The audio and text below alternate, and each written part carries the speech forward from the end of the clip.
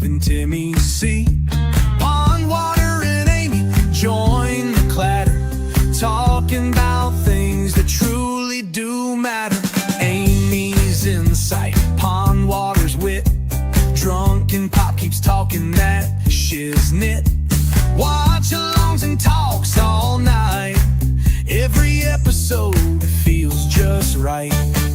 We've got the banter, the random flair, inside jokes flying everywhere.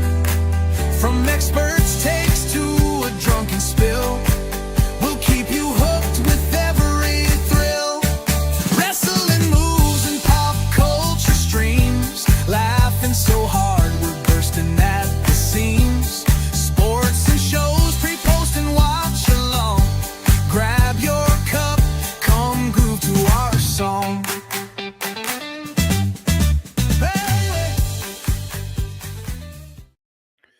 Hello and welcome to Two Shows, One Cup. It's our WWE Backlash 2025 pre-show. I'm your host at Dave in the RC, Dollar Bill Dave, along with my good buddy Justin. What's up, dude? Nothing much. Just glad to join you on a Saturday pre-Backlash. Yeah, so Backlash is tonight from the Enterprise Center in St. Louis, Missouri. We're going to run down the card. We're going to talk about the odds, talk about tickets, and everything else here on this pre-show for WWE Backlash. So first things first, show is in Randy Orton's home city of St. Louis, Missouri. Like I said, it's at the Enterprise Center. And as of yesterday, 16,368 tickets have been distributed. There are a measly 583 tickets still available as of 16 hours ago on at WrestleTix on X. Follow them. They give you the updates of all the shows around. So you're looking at another sellout of 16,000 plus for the WWE here for Backlash. But this one, I'm not real. I don't even know if I'm going to watch it tonight. So I think we're going to go out with some friends and have dinner. We may end up, because the weather's kind of shitty outside, we may end up ordering dinner and having it here. So if that's the case, I'll probably turn it on up here at the bar at some place. But you have WWE Backlash. You also have a UFC event tonight. There's all kinds of things just happening. And I'm not real. This is not one that's oh my God, this is must see for me. But I will watch it eventually. But there's nothing that really stands out. As everybody knows, I'm not a huge Randy Orton fan, never have been. At one point in time, I called him one of the most overrated wrestlers of all time. I am enjoying his run right now that he's back, but I don't see a lot there in terms of him being the new WWE Undisputed Champion, which why they still call it Undisputed when they have another heavyweight title is dumb to me, but I'm not really feeling this right now. I am liking the John Cena heel turn. I would like to see a little bit more from him, but this one's not really hitting. I kind of feel like it's just too close to WrestleMania. So I've got a hot take that is completely different. Okay. I attended both nights of WrestleMania, and out of all the backlashes in the past, this is what I'm actually excited for. This has no repeat matches. Yeah, when it comes to Mania. So to me, a couple years ago, it was called WrestleMania Backlash. Correct. Yeah. And it pretty much was a rewind of what they felt the top matches were from night one or night two. This gives you a different perspective on Backlash that has been needed for a while.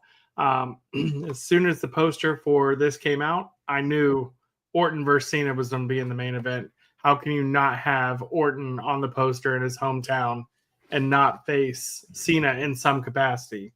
So I've got a different take on this. I'm excited. I'll actually watch it tonight and kind of go from there. Yeah, to me, I don't know if maybe I've been spoiled. I have really thought that since the move to Netflix, Monday Night Raw has become really good. I like that it's not 3 hours anymore. It's been shortened a little bit. But this to me feels like another Monday Night Raw episode. Granted, we no longer really see world titles get defended on Raw or SmackDown like we become accustomed to over the course of the last 20 years until Roman Reigns won it. Or I guess Brock Lesnar never did either, but Roman Reigns, Brock Lesnar kind of time frame. Everybody else always seemed to be defending that title almost a weekly or every bi-weekly basis. But I don't know. I mean, it's a WWE PLE. I will watch it at some point, guaranteed. If I'm busy tonight. If nothing ends up happening tonight, we end up hanging out at the house, I'll have it on. But this one I'm just not feeling, and I feel like a lot of the PLEs are lackluster right now because it's no longer, they're no longer vying for people buying the actual pay-per-view. And it's already been paid for by Peacock, and then you're paying Peacock back. So it just doesn't feel like it's the same. WWE and WWF pay-per-views to me back in the day were always can't miss. And this kind of is until they came up with In Your House. And then some of the In Your Houses were like, I don't really need to see that. But you and I ordered every one of them anyway. Mm-hmm. They were filler, but we got our fill of it. I kind of feel like a lot of these are just filler. But I'll watch it. But it's not something that, oh my God, drop everything Backlash is on tonight. But with that being said, let's get started running down the card. The first match we're going to talk about tonight, the WWE Women's Intercontinental Championship. We only have 5 matches on this card. I need 7. If you're having a 3-hour pay-per-view or PLE, there needs to be 6 or 7 matches. Once again, no world title on this card for Jey Uso. And you have 2 different sets of tag team titles. None are on here. All right. Tag team wrestling is just an afterthought in WWE, and that kills me because you look at SmackDown right now, it is red hot in the tag team action scene. Yeah. I think they're at a... Go ahead. Go ahead. I think they're in a predicament, right? So they have Backlash this weekend. 2 weeks from now, they have Saturday night main event in Tampa. So a lot of that, they had to pick and choose what to put on each card, right? Yep. I don't think they're going to have rematches as much. So I expect some tag team wrestling, some women's title matches, and Jey Uso to be prominent for Saturday night's main event. Yeah, I agree. But see, it's just one of the things that's just getting watered down with too many. So, but with that being said, let's get started. Women's Intercontinental Championship match for tonight. We have Lyra Valkyria, your Intercontinental Champion, versus the man, Becky Lynch. So you saw them win the WWE Women's Tag Team Championships from Liv Morgan and Raquel Rodriguez at WrestleMania, only to then turn around. I don't remember if it was night 1 or night 2, but turn around and lose the titles right back to them on Monday Night Raw. And then Becky turned, and Becky came out and said, oh, she's the one that attacked Bayley. So I'll go ahead and let you get your prediction in. I have not read the odds for the match. I haven't read the odds for any of the matches. So once we get our predictions in, we will read the odds from Vegas. So I'll let you start, Justin. What do you see playing out here? So as much as Becky is the new Charlotte when everybody thinks she's just going to get another title, I think she gives the rub to Lyra for this one. I think she's due. She's been carrying it, and it's a workhorse title. So I do not see Becky performing as much as what she did in her previous contract. So my pick is Lyra, and I think she puts her over. Okay. So I kind of have two things here. I don't think Lyra wins. Becky Lynch wins the match one way or another. Now, it'll depend on if she wins the title. So Bayley was obviously attacked by a mystery person prior to WrestleMania. Lyra had to find herself a new partner. So I guess it was night 2 because it was night 1. Becky was attacked or whatever. She had 24 hours to find a partner. I think Becky Lynch either wins the title outright or wins by disqualification because Bayley returns and attacks Becky. So obviously they're going to be building up a feud between Bayley and Becky, which we need more high-profile women's feuds that don't revolve around titles. So if you really want to push women's wrestling to the forefront and make it seem as big as men's wrestling, I mean, you had the main event of WrestleMania Night 1 triple threat match: Roman Reigns, CM Punk, Seth Rollins, and there was no title involved. So you need to get some of your women, your main event talent infused with each other without titles, because some of the best, I mean, you ask me the best feud in WWE in 2024, CM Punk and Drew McIntyre. No belts were involved. You also had CM Punk and Seth Rollins. No belts are involved. So with that being said, our Vegas odds for tonight: Becky Lynch, Lyra Valkyria. And I tell you what, Lyra Valkyria has really come a long way really quickly, because her mic work has been money on the last couple Monday Night Raws.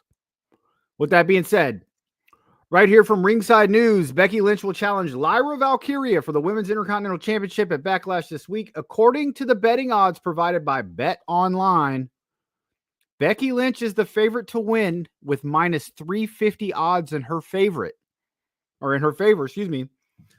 while Lyra Valkyria sits at plus 225 odds. Therefore, the odds suggest the title will change hands during the event. So if you were to bet $100 on Lyra Valkyria winning the match, you would win $225. In order to win $100 on Becky Lynch winning the match, you would have to bet $350. That's how the betting odds work. So I'm just interested to see, does Bayley make her return? And what do they have planned for Bayley and Becky in the near future? Because you have to think it's coming. I could see Becky winning and then those two having some sort of match maybe in 2 weeks at Saturday night's main event. But I don't think Lyra leaves tonight with the title. I think they're going to try and really make it mean something. And while I think Lyra Valkyria is a huge star in the waiting, she's not a huge star yet. So we shall see. Match number 2. This has got a lot of the people talking. Gunther versus Pat McAfee. We saw Gunther attack Pat McAfee on Monday Night Raw a couple weeks ago when McAfee stood up for Michael Cole because they were making fun of him after his loss to Jey Uso at WrestleMania. So we're now setting up Gunther versus Pat McAfee. Justin, how do you think this one plays out? How I think it'll play out and how I hope it will play out are two different things. I'm not a fan of McAfee in the ring. I think he does a great job of representing himself out there. But I hope that Gunther destroys him and gets back his monster heel. Because right now, at the end of the day, Gunther has appeared pretty weak towards the end of his title run. And ultimately, they need to strengthen him back. Whether they put him back with Kaiser, I am not sure. But he has to get the W tonight. And while I think McAfee will be a little bit impressive in the ring with his aerial skills, at the end of the day, I hope he loses and gets destroyed in this match. See, I'm opposite. I love Pat McAfee. I like his television show. I like him on commentary. And he's a celebrity in the ring. So you don't expect anything crazy, but I don't think he matches up well with Gunther. And you just know at some point McAfee's going to be eating some chops, and I'm interested to see how his reaction is to these chops. I think Gunther wins as well, unless a Goldberg or something like that makes a surprise appearance, because I think they're setting up Goldberg's retirement match with Gunther, but I'm not expecting that till SummerSlam. So I can't really see Goldberg coming in now and them drawing that out until SummerSlam. Yeah, I see that more in Saudi. Goldberg wants that Saudi money. At the end of the day, I get what you're saying about McAfee. I like him on the mic. I don't think commentators need to be in the ring. I'm not big on celebrities in the ring at all anyway. But I mean, one-offs here and there. At least he's not in there much. Right. I mean, it is what it is, but no, he shouldn't win. So let's check out the odds here. Gunther will be duking it out with Pat McAfee in singles competition, and the betting odds revealed that Gunther is heavily favored to win at minus 1,000 odds in his name, while Pat McAfee is at a disadvantage of plus 550. So you have to bet $1,000 on Gunther to win this match to win $100. Wouldn't touch that with a 10-foot pole. Yeah, that's like pissing away money. But I'm interested to see. I mean, you know, at some point that it's going to get rough in there. You know, is there anything coming? I can't think off the hand. NFL season's over. Is there anything coming up where they could write Pat McAfee off television for a little while? You know, who knows? Match number 3 of the night. And it's one that I'm I don't know. I don't know how I feel about this because I think they need to make both men look strong, but let's go. The WWE Intercontinental Championship, the new champion, Dominic Mysterio versus newcomer Penta. Justin, what do you think? So if you'd have asked me about this match and said the title was involved before WrestleMania, I would have said Dom was a short-term champ. But listening to the crowd at WrestleMania prior to him winning and then after him winning, this man is over. And so do you stop his push early or continue him with the workhorse title, right? But at the same point, you got Penta. So at the end of the day, I think either you cause a disqualification or something to keep both men strong. But I have Dom walking out with the title again. Yeah, I agree. I think Dom walks out with the title with help from the Judgment Day. I don't know if Penta eats a pinfall. I could honestly see Penta winning. Not by pinfall, but Penta winning, or actually, Dom winning, because maybe Finn Balor and Judgment Day turn on Dom. So there's been a lot of, a lot of just uneasiness with how things are going in the Judgment Day right now. Maybe Dom's head's getting a little big for it. I don't think we see a clean pinfall in this match. I think it's going to end in some sort of DQ, count out, something like that. Vegas odds have it. Intercontinental Championship on the line. Betting odds dictate that Dominic Mysterio will retain the title with minus 900 odds in his favor, while Penta sits at plus 500. Now, that's not saying anything other than Dominic Mysterio retains his title. So, like we just said, it looks like the odds are in the favor for Dominic Mysterio to retain the Intercontinental title by hook or by crook. But I really don't think Penta eats a pinfall here. I'd be surprised if he does. And if he does, it's only because Judgment Day helped. And I mean, could you be setting up a Demon versus Penta match? Not only that, but if you think about it, the interaction between Finn Balor and AJ Styles on Monday night was kind of obvious, right? So maybe it's Finn that turns on the Judgment Day and kind of goes with AJ Styles from their back in the day. What was it? The Bullet Club. Bullet Club. Yeah. So, I mean, they have good chemistry together as well. I think we're sleeping on Finn Balor lately. So, all right. Our next match, the WWE United States Championship, with your new champion, Jacob Fatu, taking on former champion LA Knight, Drew McIntyre, and Damian Priest. I think this match is going to be the best match on the card. And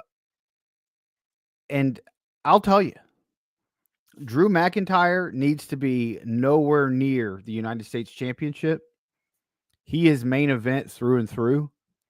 And I'm ready to see him with a world title back around his waist. It just so happens that it is so deep. Because if you think about it, WWE has never been this deep with main event talent. But I find it hard pressed. You tell me anybody that's better in WWE than Drew McIntyre right now. But keep your eye out because Karrion Kross is coming. All right. How do you think this one plays out, Justin? So I think this will be just as good as the Fatal 4-Way at Mania for the Intercontinental title. I think ultimately at the end of the day, Jacob Fatu has got the strength and momentum going into this. I don't see them saying, okay, he's a short-term champ. I think they've got long-term plans for him. So holding that title is actually where it's going to be. And like you said, Drew belongs in the main event picture. My pick is Jacob Fatu walking out of that with the title. Yeah, I think eventually we're getting, it's coming. Jacob Fatu and Solo Sikoa, it's coming. Mm-hmm. So unless Solo were to turn on Jacob tonight, which I think they need to draw it out a little bit longer, I think Jacob Fatu gets the win, and he either pins Damian Priest or LA Knight. Drew McIntyre's not getting pinned. So over to Vegas, your odds. The betting odds favor Jacob Fatu is the overwhelming favorite to win the match with minus 5,000 odds, followed by Drew McIntyre at plus 600, LA Knight plus 900, and Damian Priest at plus 1,200. I think Priest eats the pinfall here, but at some point, it's coming. The bloodline is pretty much over.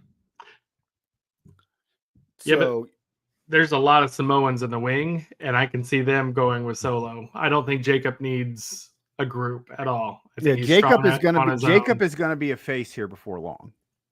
The crowd is too into it, and he is older. He's like what, 34, 35?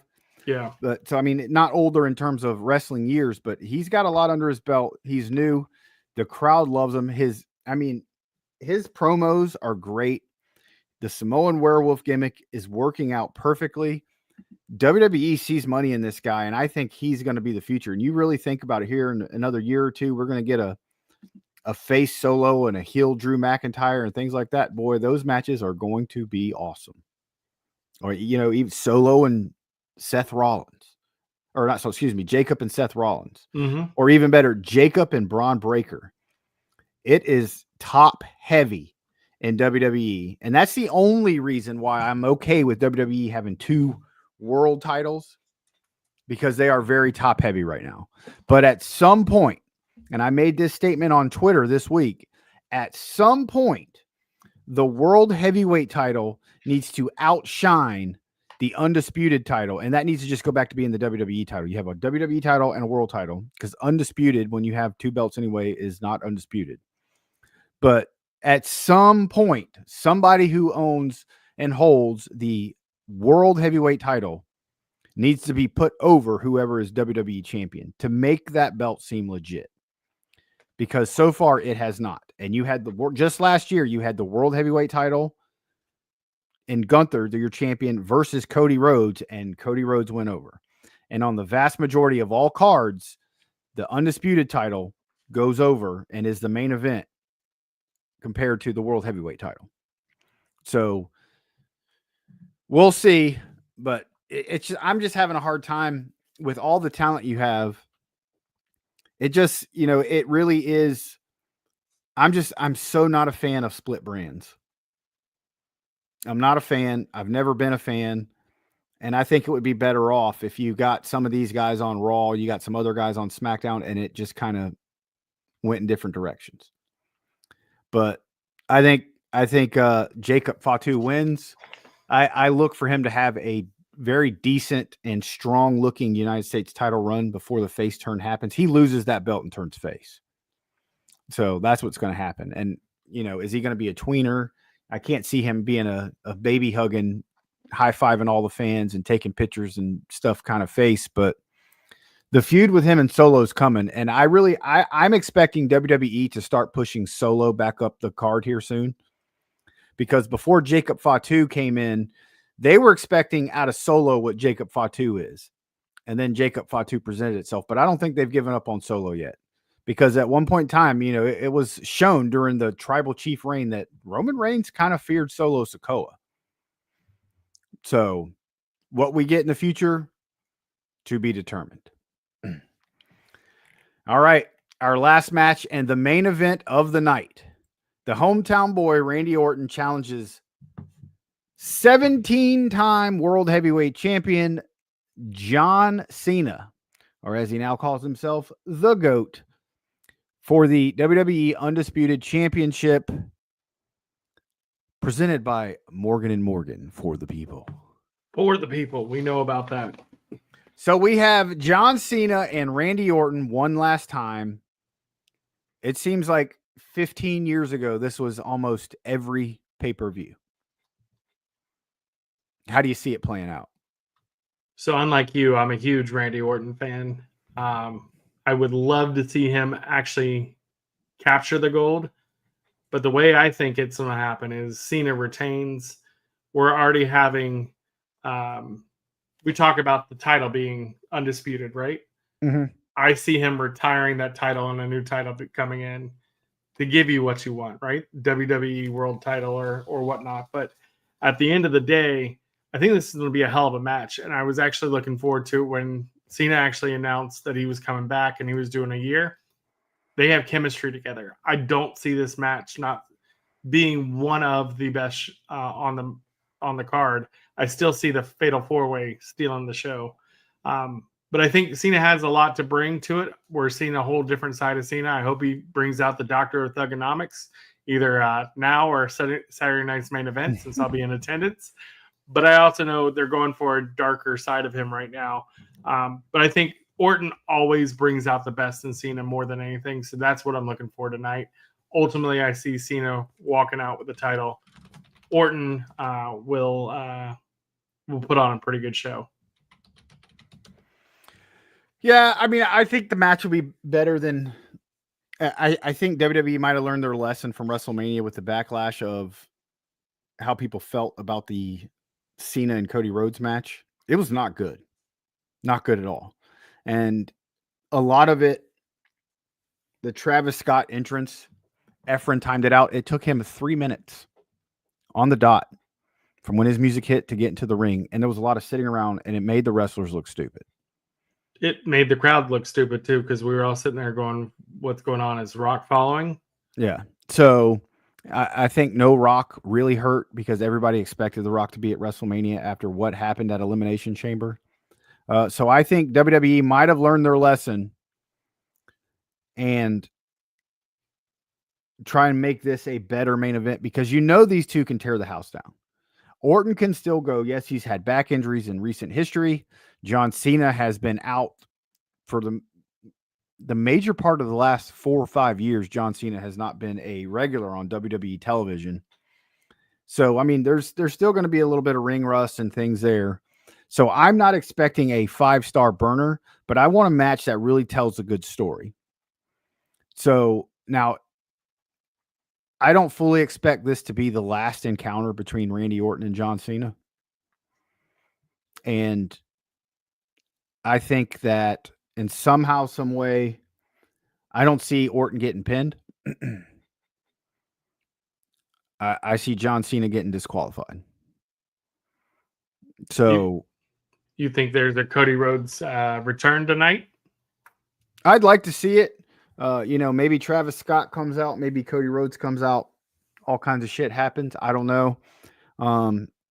I think I do not agree with you. I don't think Cena retires as champion.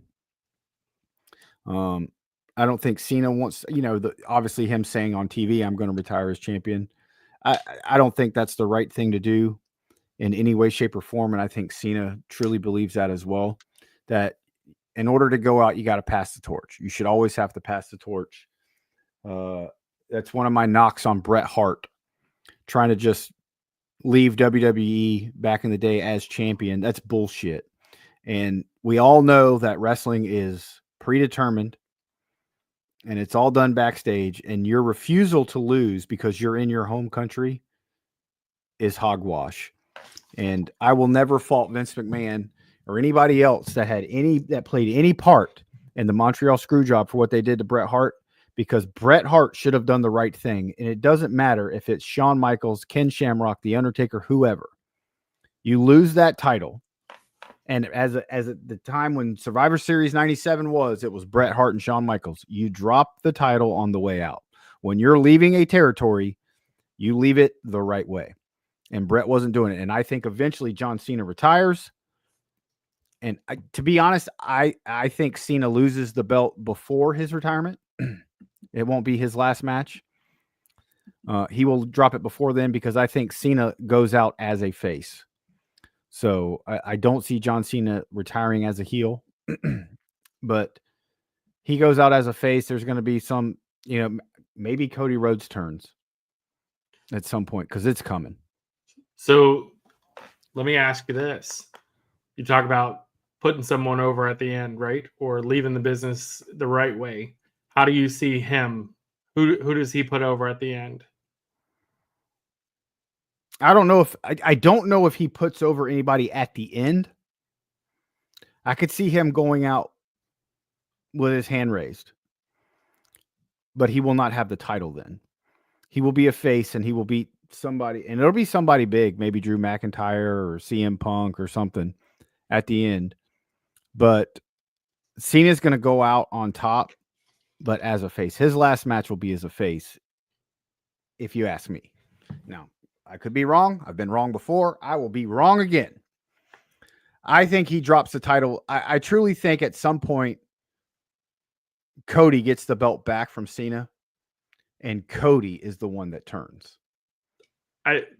Cody's long overdue for a heel turn. Yeah, so I think Cody turns and gets the belt back, and then either Cody or Punk will turn to get the belt back, and that will be what turns Cena back into a face for a final match or two in the Farewell Cena tour. I don't think they want to end it with him as a heel.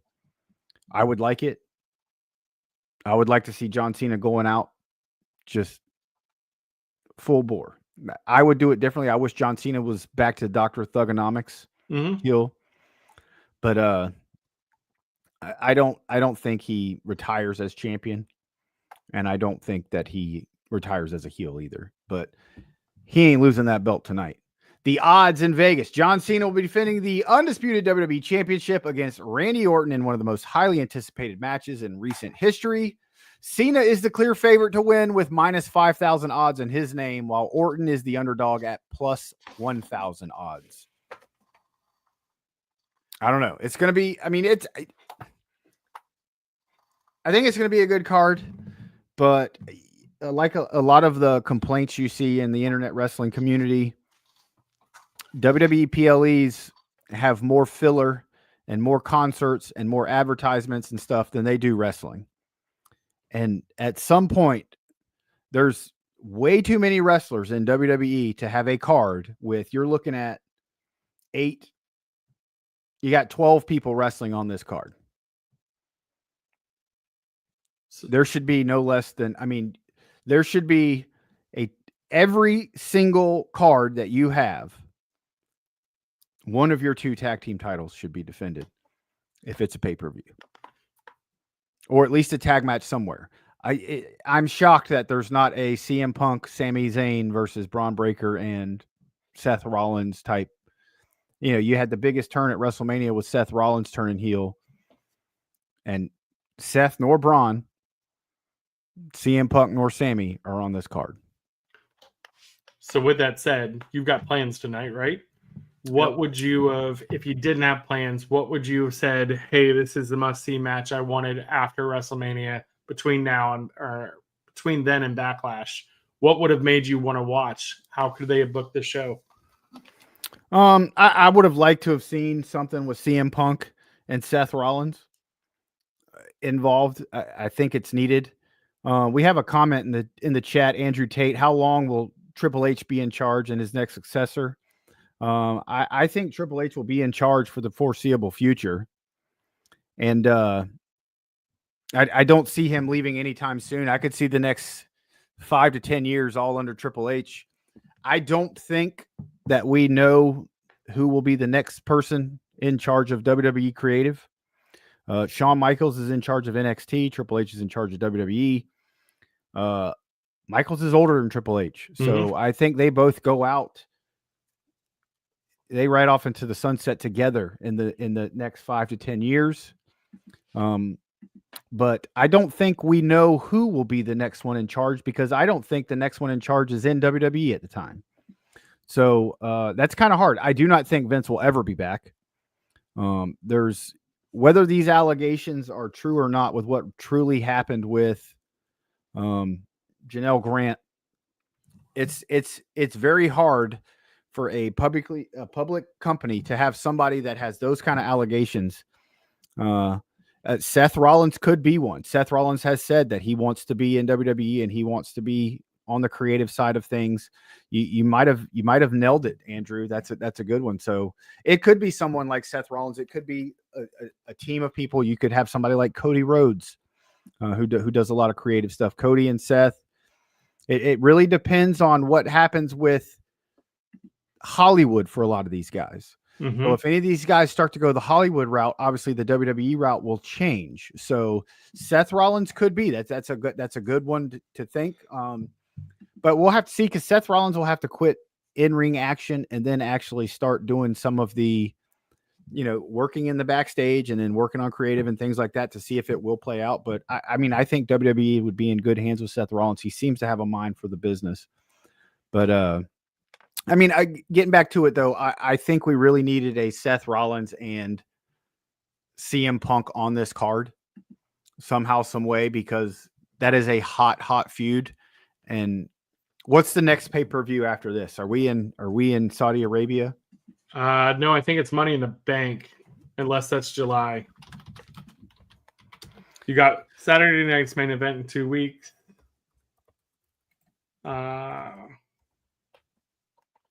They just announced what it was. It Crown Jewel is returning, but that's in June 7th is Money in the Bank. All right, so Money in the Bank is next. And then the Crown Jewel is October. Backlash. So you have Saturday night's main event, May 24th, NXT Battleground 25th, WWE Draft, Worlds Collide with WWE and AAA in June, Money in the Bank in June, Night of Champions in Saudi Arabia in the end of June. Yep. Then you have Evolution. I know you're really looking forward to that one on July 5th. Saturday night's main event, 40, July 12th, NXT Heatwave, SummerSlam, Clash in Paris. So you got 2 in August. SummerSlam's now 2 nights. Also have Clash in Paris, and you have NXT No Mercy in September, NXT Halloween Havoc, Crown Jewel in October in Australia, followed by Survivor Series and Deadline, Saturday night, and then another Saturday night's main event. So, yeah, I think that we need. There's just not enough matches. The same can be said for Monday Night Raw. I don't go the AEW route. I think AEW has too many matches for their pay-per-views, and WWE has too few. But that's Triple H's way of booking, because back when NXT was at its hottest, when it was black and gold, he would have those 2-hour NXT pay-per-views, and there was 4 matches every time. And to me, it wasn't enough. You got to showcase your talent. But if I'm home, I will be watching this. But if I'm not home and we do decide to go out to dinner tonight, I'll probably watch some of it tonight before bed, finish watching the rest tomorrow while I'm smoking ribs for my wife for Mother's Day, because that's what she wants. And we'll just see. So, that's what we got here. So I don't think it's going to be bad. I don't think the crowd will be as pumped as they were in France last year with Backlash. But I do think that WWE needs to, the crowds in America are spoiled. They've had so many WWE events and things like that, sometimes you have a good hot crowd. Sometimes you seem to have a crowd that's sitting on their hands. Mm-hmm. And when they go into these other countries, the crowds are red hot.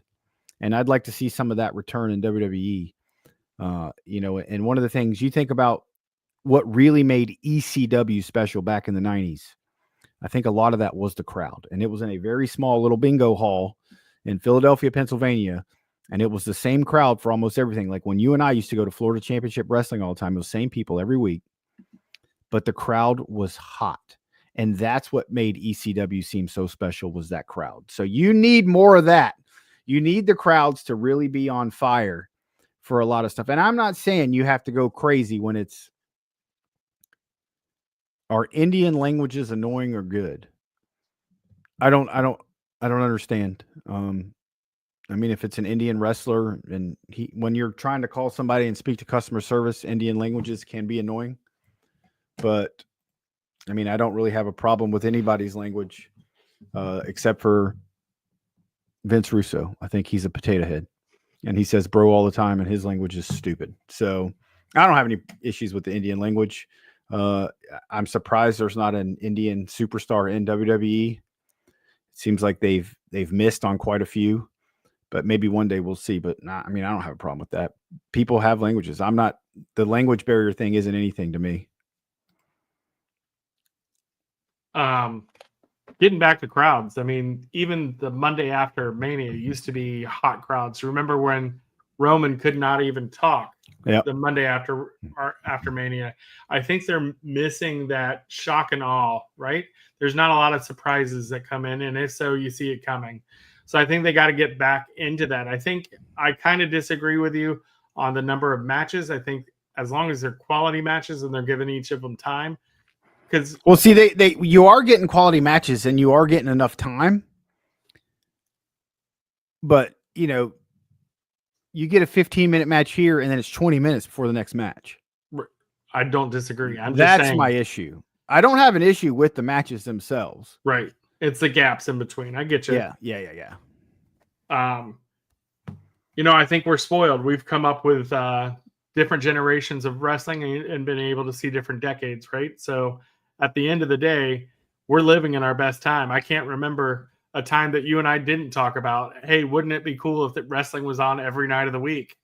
Well, now it is, and we're going, they kind of oversaturated the market, right? And I think it's good and healthy for the wrestling business. But at the same point, the two kids that used to talk about wanting to see wrestling on every night, sometimes it's just background noise now, right?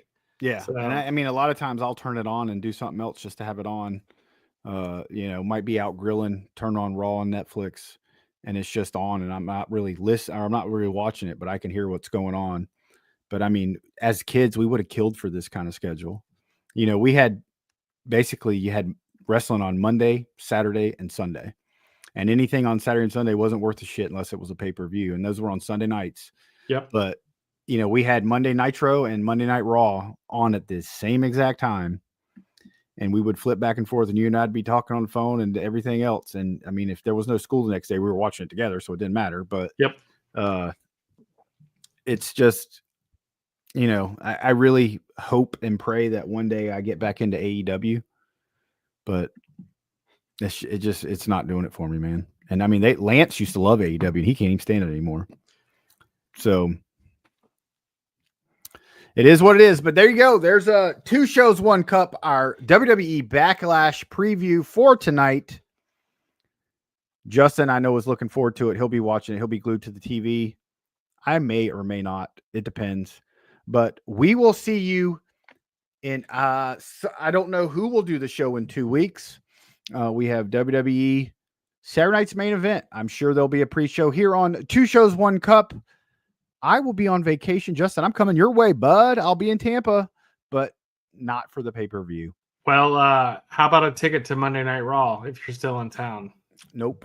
So I am flying down Wednesday and leaving Thursday for St. Augustine, and will not be back in Tampa until Tuesday.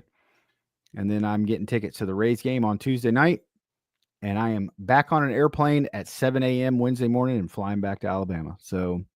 Well, I will warn TPD that presence will be felt when you touch down on Thursday. And if anything changes, you got a ticket. You just need to let me know. Either one. If anything changes, I'll let you know. Because the one that I really want to go to is NXT. Well, but I mean, I'd go to any shows. If I was actually in Tampa for Saturday, Sunday, Monday, I would go to all 3. But I mean, Beach House is paid for. So unless the weather's shit and we just said like, hey, fuck it, let's go back to Tampa, we're going to be at the beach. My wife she's not been feeling great lately. Janie's been kind of out. She's been kind of having some health issues, and she is very much looking forward to a week at the beach. So we shall see. Well, she deserves to be spoiled. So make sure you spoil. Yeah. Her. So, with that being said, Andrew, everybody else that joined us, we hope you guys enjoy the show tonight. Thank you for joining us here on 2 shows, 1 cup. And we will see you I mean, obviously, we're going to see you a lot this week as we do our normal shows and talks and everything else. But we will see you again for WWE Saturday Night's Main Event pre-show in 2 weeks. Take it easy, guys.